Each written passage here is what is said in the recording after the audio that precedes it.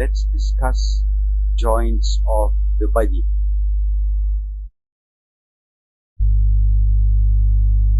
Talking about joints, here is a general example in education. When a person collects lots of pieces of information represented as blocks, these blocks should be well joined together so that they build the knowledge in the form of a very sound wall. A person who does that usually gets very good marks in exams. The other example is this. A student comes and says, I have lots of information. I have almost every information that is related to this subject. But when I get tested, I don't get good marks. It is because these blocks, these pieces of information are not joined together and they are not well built, and this is the result.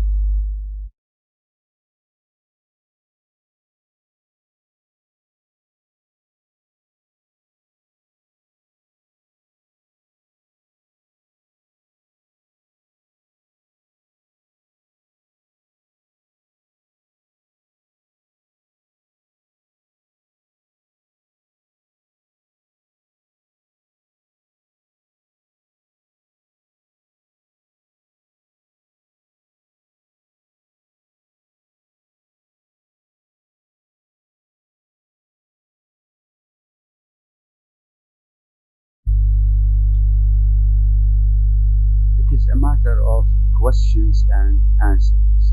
It is curiosity. When I collect information, I hold a piece of information and ask myself, what is this? Where do I put it? To what structures do I relate it to? And you know the answer of all these questions. It is putting this piece of information in its proper place in a mind map. What is a joint? A joint is where two or more bones meet. Why is the word more marked red?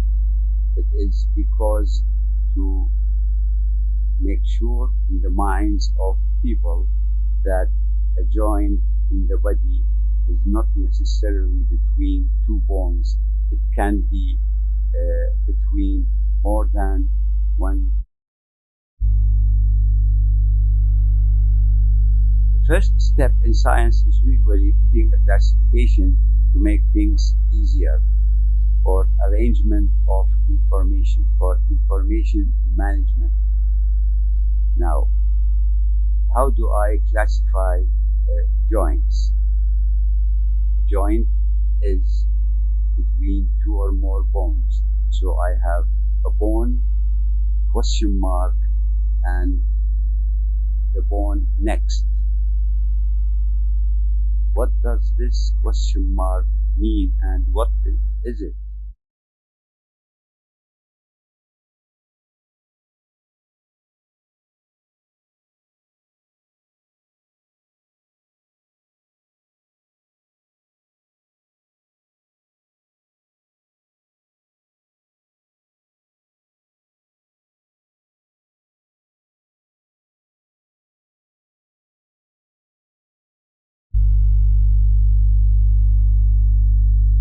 The question mark is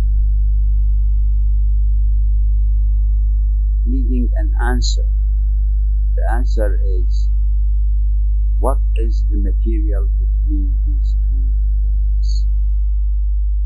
So joints are classified according to the material or the structure that is in between the bones.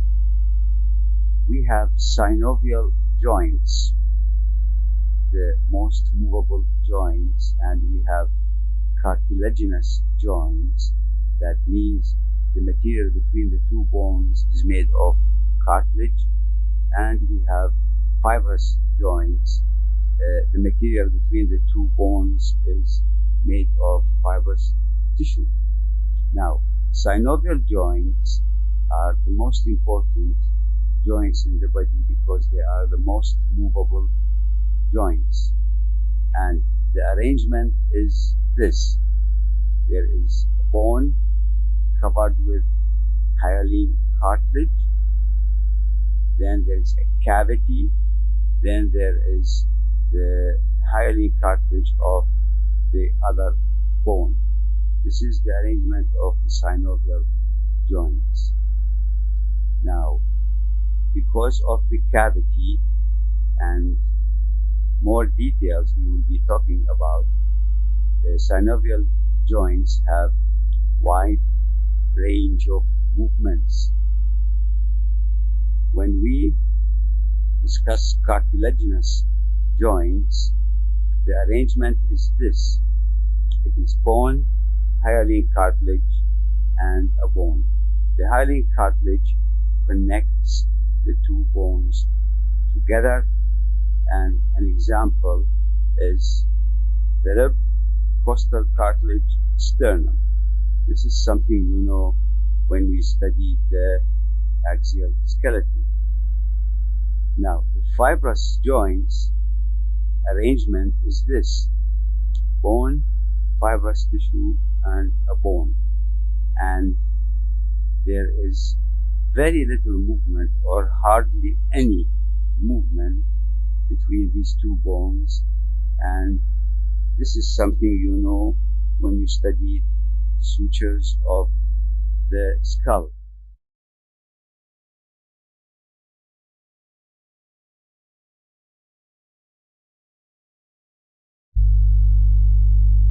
Now, joints can be classified from two different points of view. There is the classification, which is based on the structure of the joint, and there is classification based on the function of a joint, and they are very much related together. Now, when we talk about the classification based on structure, the joints are divided into the following categories. Either they are fibrous joints, or cartilaginous joints, or synovial joints. When we want to classify joints according to the function, then we have joints that don't move, and these are called Synarthrotic joints. And the second classification is joints that have very slight movement, and these are called Amphirethrotic joints. And lastly, we have the freely movable joints, and these are called diarthrotic joints.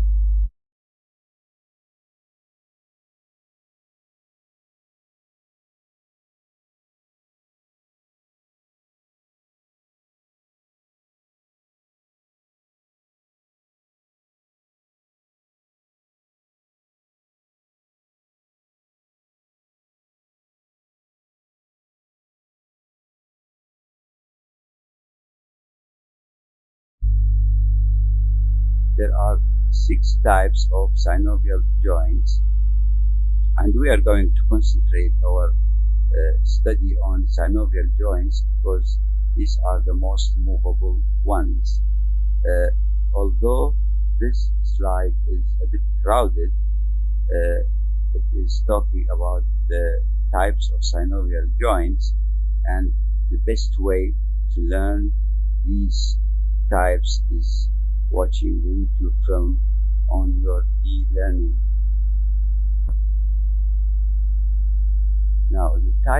of fibrous joints, the very basic knowledge about them is that these joints, they have fibrous collagen tissue between the two bones, and this fibrous tissue does not allow movements of these joints, and they are called sutures, and they are only found in bones of the skull. Then we have joints that hold bones together. The bones are a little bit further apart, and these are called syndesmosis, like the joint between the tibia and fibula, and the joint between the radius and ulna, and the connective tissue part is called interosseous membrane.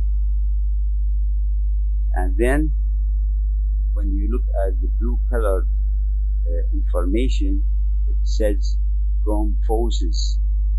This is very, very special type of joint.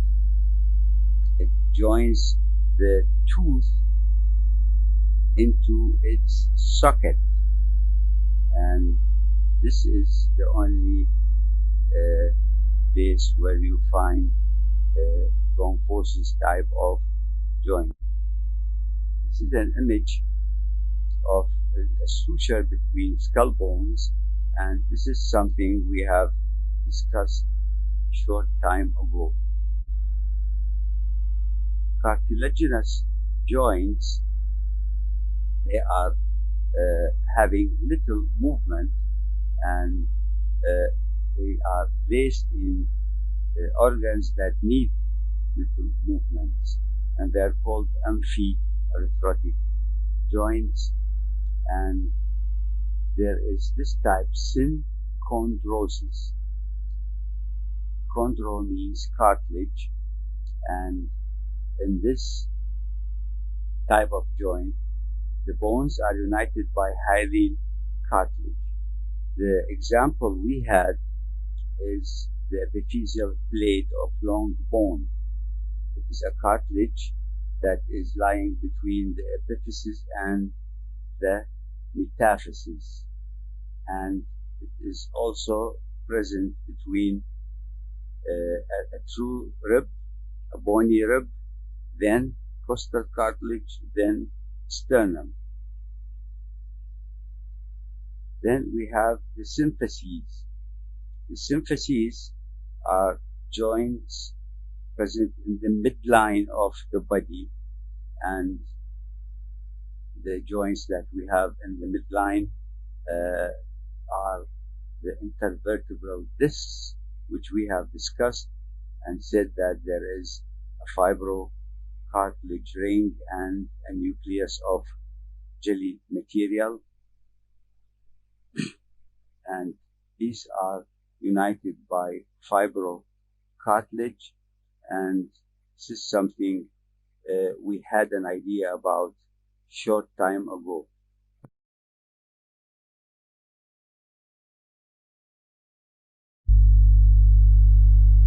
Talking about joints, here is a general example in education.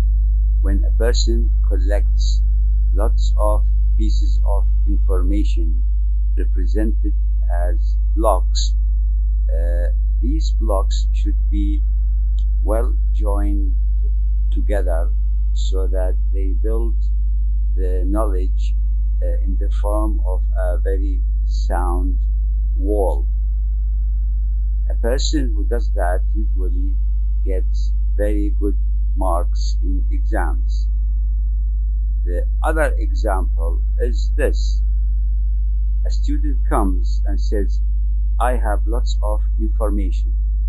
I have almost every information that is related to this subject. But when I get tested, I don't get good marks. It is because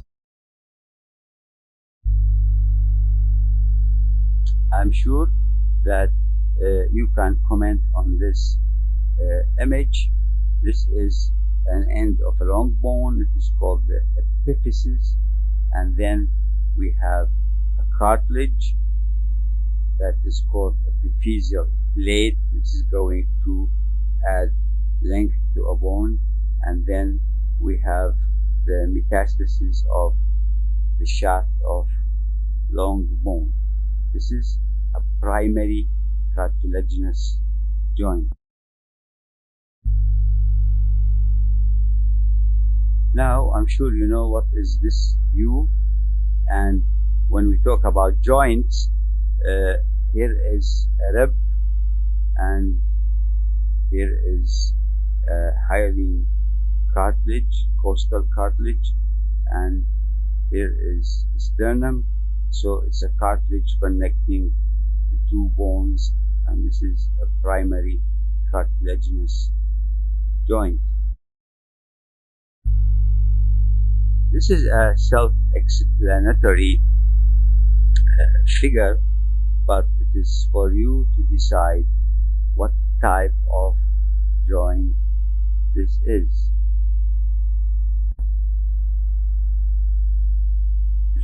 Again, repeating the information, sometimes repetition is useful in fixing the information. This arrangement is made of a bone, hyaline cartilage, and a bone, as in epiphysis or in the thoracic cage, and this is primary cartilaginous joint. Let us see what is the arrangement of this joint between two bones. We have a bone covered with hyaline cartilage, the light blue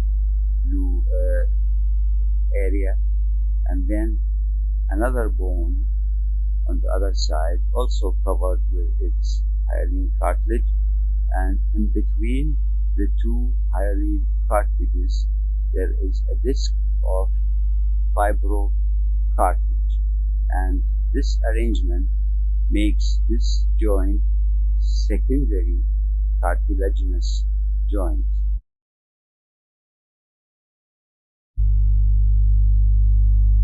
Secondary cartilaginous joints are called symphyses, and they are usually restricted to midline joints, and we have intervertebral discs as in the vertebral column, which is a midline structure, and we have the pubis symphysis, which is joining the two hip bones in the midline. This is the basic arrangement of the synovial joint, the most movable joints and the most important joints in the body because of their movements, and they are made of the following basic structures. Here is a bone, and this bone is covered with hyaline cartilage to provide it with smoothness, and then we have a capsule. As you can see, this capsule you are seeing for the first time. It was not present in the previous types, and this capsule is made of two layers. The outer is fibrous tissue, dense irregular type, and the inside, the orange structure, is called synovial membrane. This is a fibrous serous membrane that is going to secrete fluid into the cavity of synovial joints, and this is the joint cavity, only present in synovial joints. Now, if you look at the tip of this arrow, synovial membrane lines the capsule only, when it comes to the margin of articular cartilage, it stops.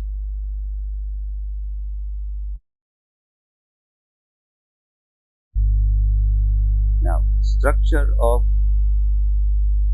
synovial joints. They are movable joints, and they are made of articular cartilage, joint cavity, articular capsule, synovial fluid, reinforced on the outside of the capsule by ligaments, and this joint needs nerve and blood supply.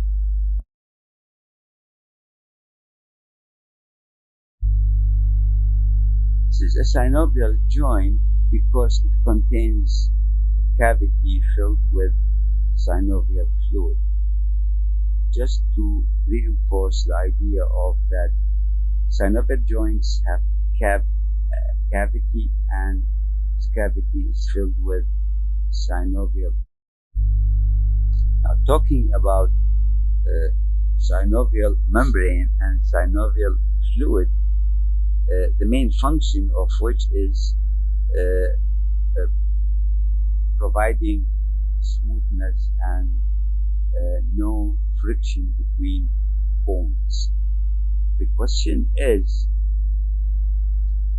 do we need such properties somewhere else? The answer is yes. Like in this example, when a ligament or a tendon passes over a joint, and this joint is moving, so it may affect the ligament or the tendon of a muscle. Therefore, there is a sac of synovial membrane filled with synovial fluid put in this space to prevent friction and tearing of structures, and this is called a burr sac.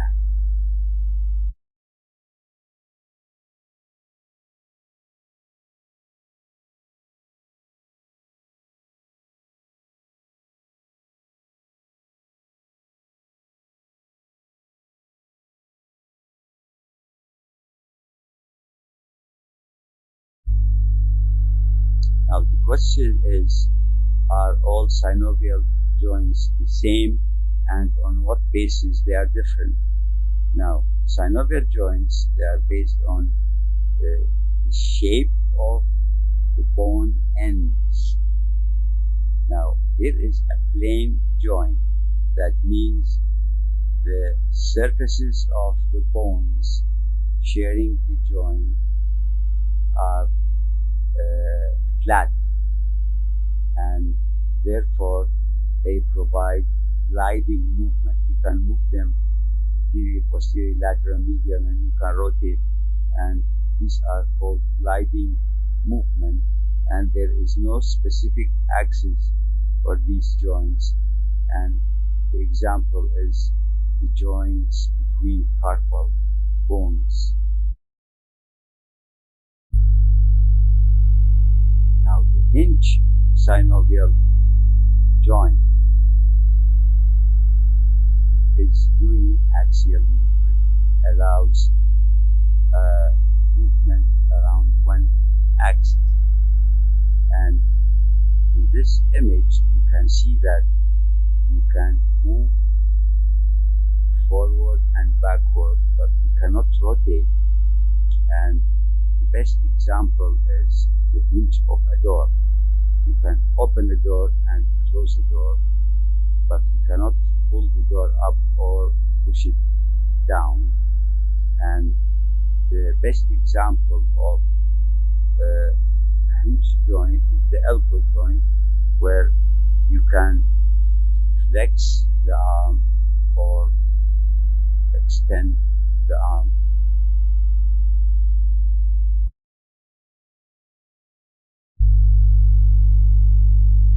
The next type of synovial joint is the pivot joint. The pivot pivot joint, the best example of a pivot joint is the rotating door you usually see in main doors of hotels, where you can see a peg or a process going up, and another one, in case of the doors, another one is down, and there's a ring that surrounds this process, and the process can rotate according to the degree that is desired. And the best example is the upper radio-ulnar joint, where you can do pronation and supination, and this joint moves in one axis only, and this is the best example of it.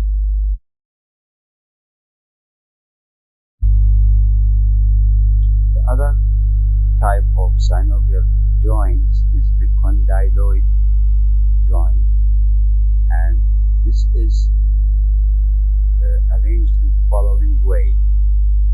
An end of a bone which is elevated, but is not a ball-like, it is an egg-like, and this fits in a cavity that fits the shape of the upper end, and this is called condyloid joint, like in this arrangement, and it's biaxial. It moves along two axes, and the best example is wrist joints and knuckles.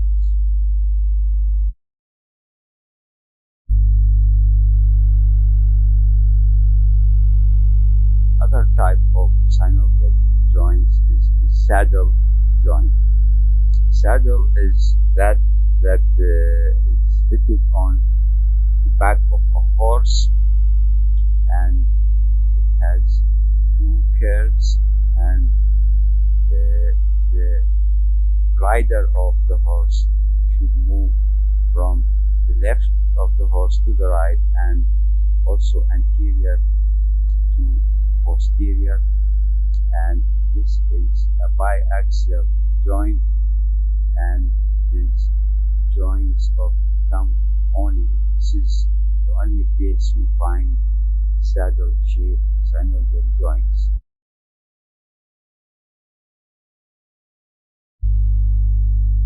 Let's discuss joints of the body.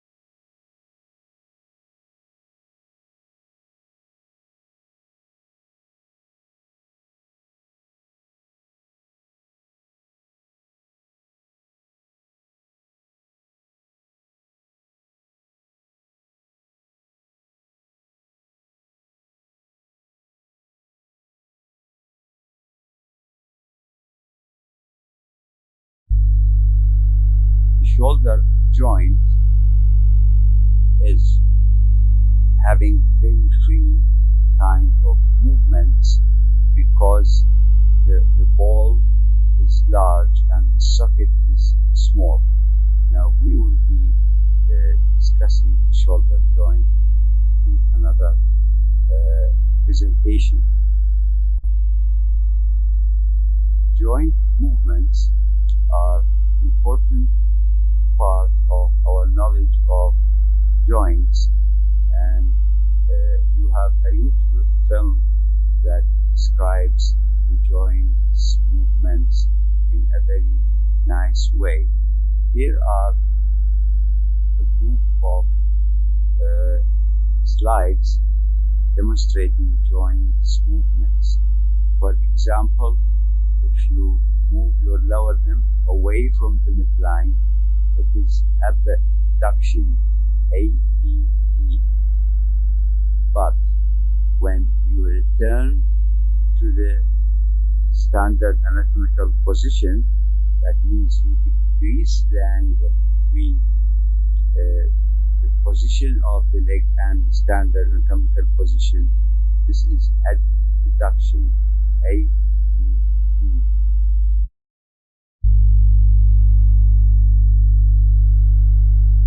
What is flexion?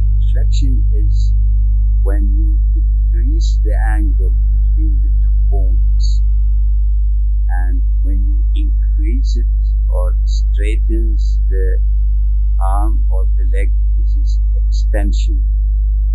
And when you overdo a movement, this is called hyper. If it is an extension, then it is hyper extension. And when you circumduct the joint, that means if the tip of your fingers draw a circle, then this is circumduction.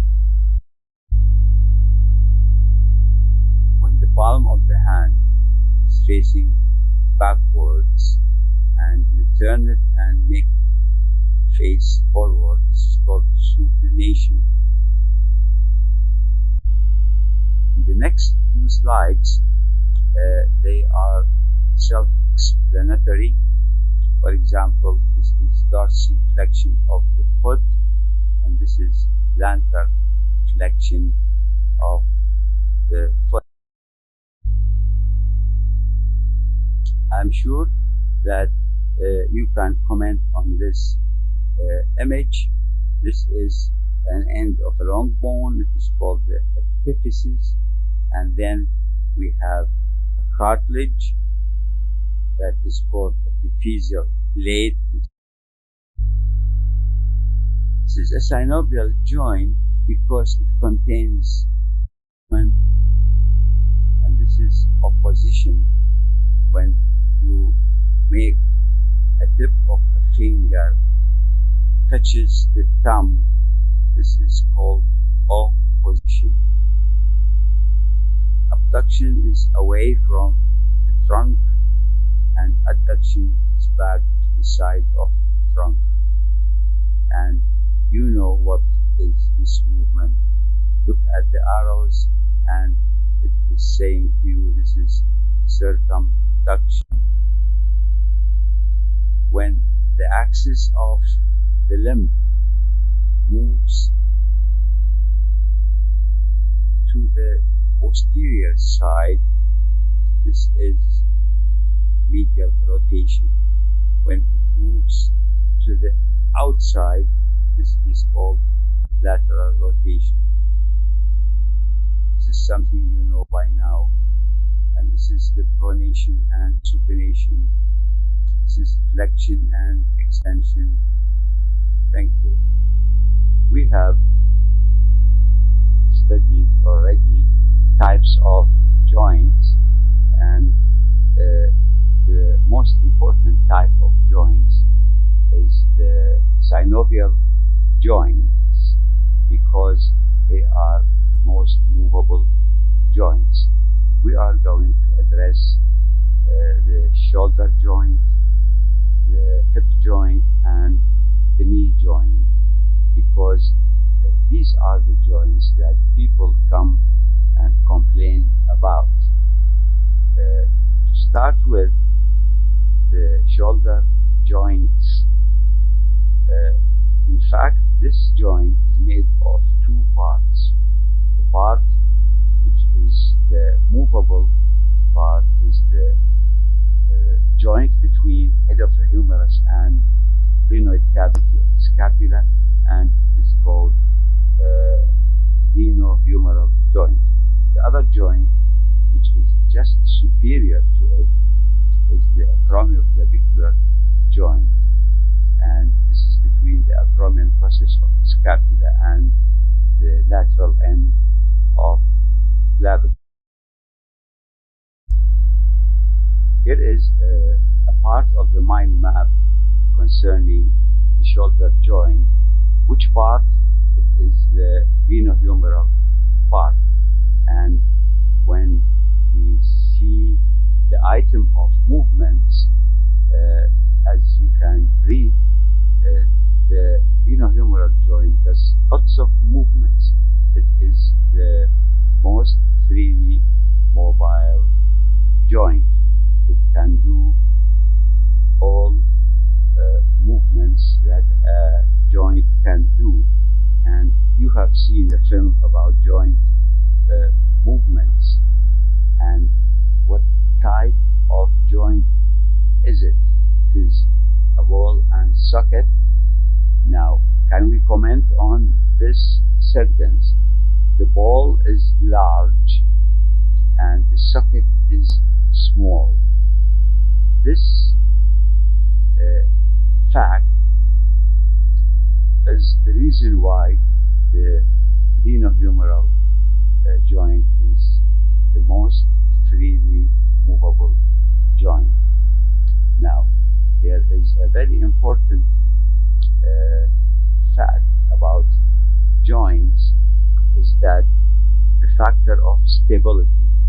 Is a joint stable or not? If it is not, then it is liable for dislocation. What is dislocation? Dislocation is when the two or more parts of the joint, they separate from their normal position. And the glenohumeral joint, what is commonly described as shoulder joint, is not very stable. That means it is liable for dislocation. Now, this problem is not left without a solution, and the main factors for adding stability to the shoulder joint is a group of muscles called rotator cuff muscles. These are supraspinatus, infraspinatus, teres minor, and subscapularis. These muscles, they pull the head of the humerus towards the glenoid cavity, and this is something we will be talking about in the near future.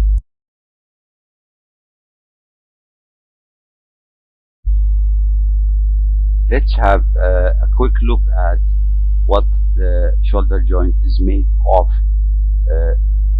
A joint is a point of meeting of bones, and you know the bones that make the shoulder joint. Of course, they are the head of the humerus and the glenoid cavity of the scapula. Now, because the shoulder joint is a synovial joint, it is going to have a cavity filled with fluid, and this needs protection. So we need what is called a capsule, an envelope around the joint. And the problem of the shoulder capsule is that it is loose, and the capsule completely envelopes the joint, and it extends from the margins of the glenoid cavity to the anatomical neck of the humerus. Its problem is that it is weak inferiorly, therefore the head of the humerus, if it is going to be exposed to pressure, it goes down because it is a weak area. To solve the problems of this less stability of the shoulder joint, ligaments are there to strengthen the joint. What is a ligament? A ligament is a band of connective tissue, dense connective tissue connecting the two bones, and they add more stability.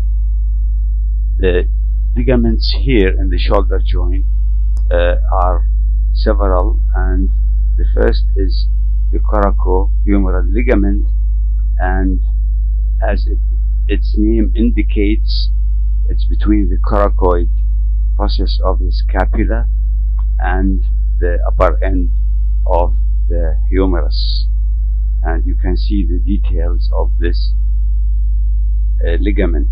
Then the second group of ligaments are three ligaments. They are called Glenohumeral Ligaments.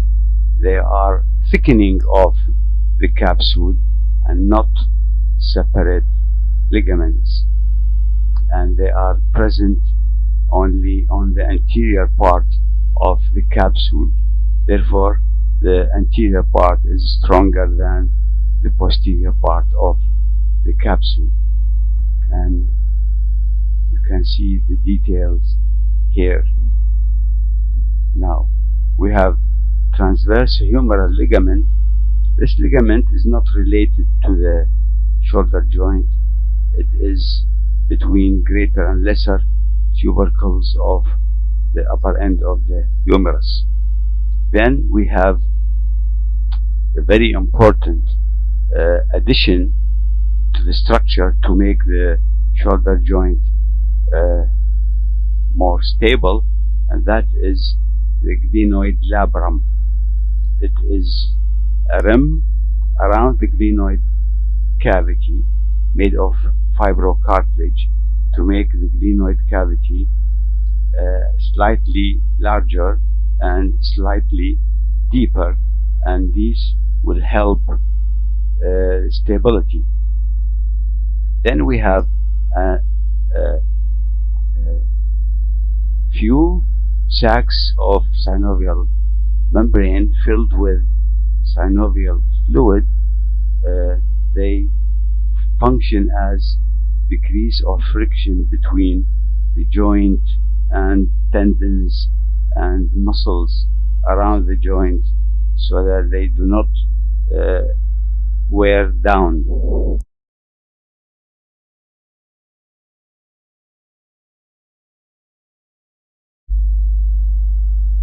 This is an image of the shoulder joints. First of all, we can see that the head of the humerus facing the glenoid cavity, and this is the glenohumeral joint, what is commonly described as a shoulder joint. Now, in addition to this glenohumeral joint, there is another joint very near to the glenohumeral joint, and this is the acromioclavicular joint made by these two bones, and this gives us the idea that scientifically it is better to talk about shoulder joints and not shoulder joint, but commonly what is called as shoulder joint is the glenohumeral joint. These are three images of parts of bones that will make the shoulder joint.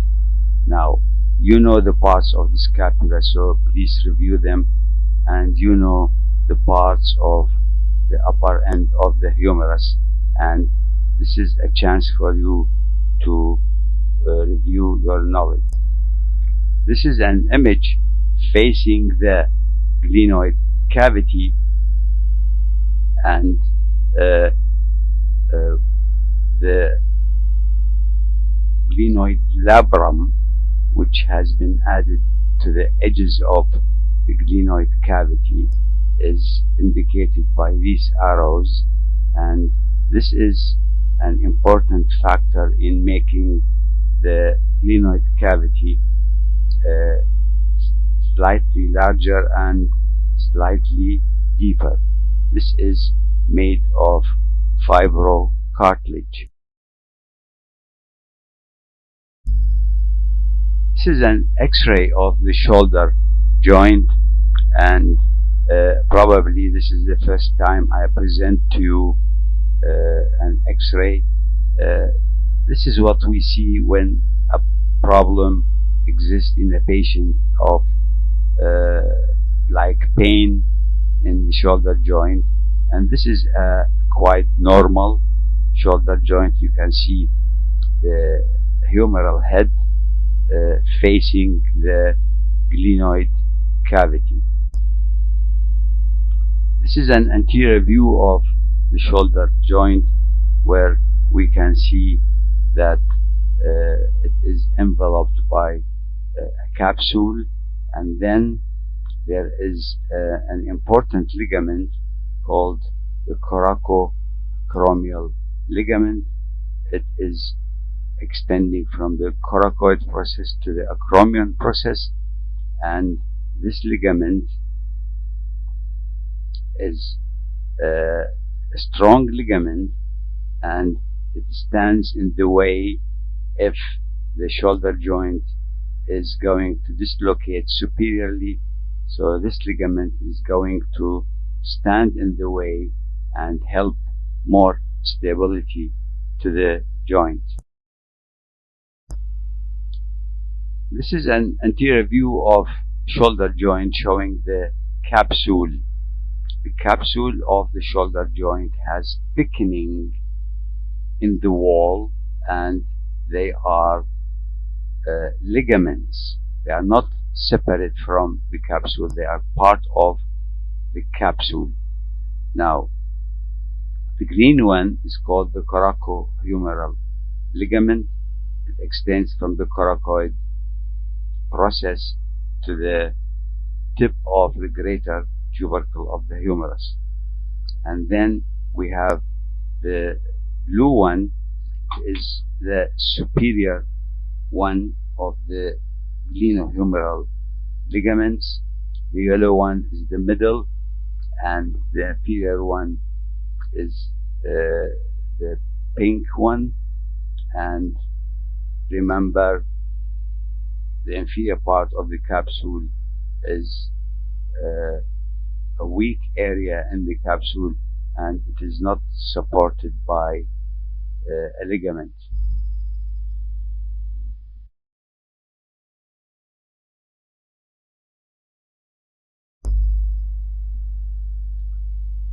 Although the ligaments add more stability to the shoulder joint, the most important factor in adding stability is a group of muscles called rotator cuff muscles. These are 4 muscles, 3 posterior and 1 anterior, and when they contract, they push the head of the humerus towards the glenoid cavity, and they all come and insert into the upper end of the humerus. And these muscles are the supraspinatus, located in the supraspinous fossa, the infraspinatus, present in the infraspinous fossa, and a muscle called teres minor, extending from the lateral border of the scapula, going to the upper end of the humerus. These are the 3 posterior muscles, and there is an anterior muscle called subscapularis muscle. It comes from subscapular fossa and attaches to the lesser tuberosity of the humerus, and it pulls the head, the upper end of the humerus towards the glenoid cavity.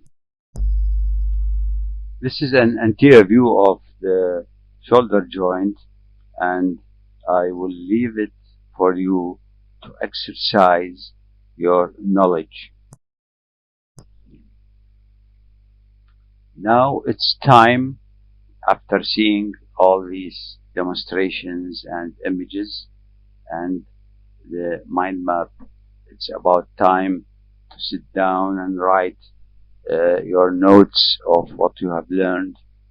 And the shoulder joint is a glenohumeral joint, describing the bones making the joint, and it is a ball and socket type of synovial joints.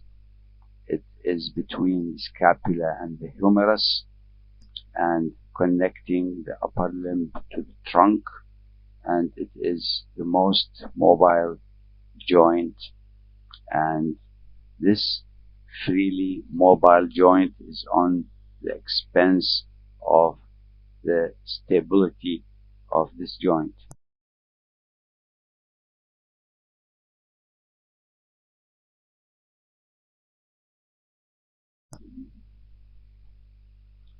I will leave you with the next few slides to write down your notes about what we have learned about the shoulder joint.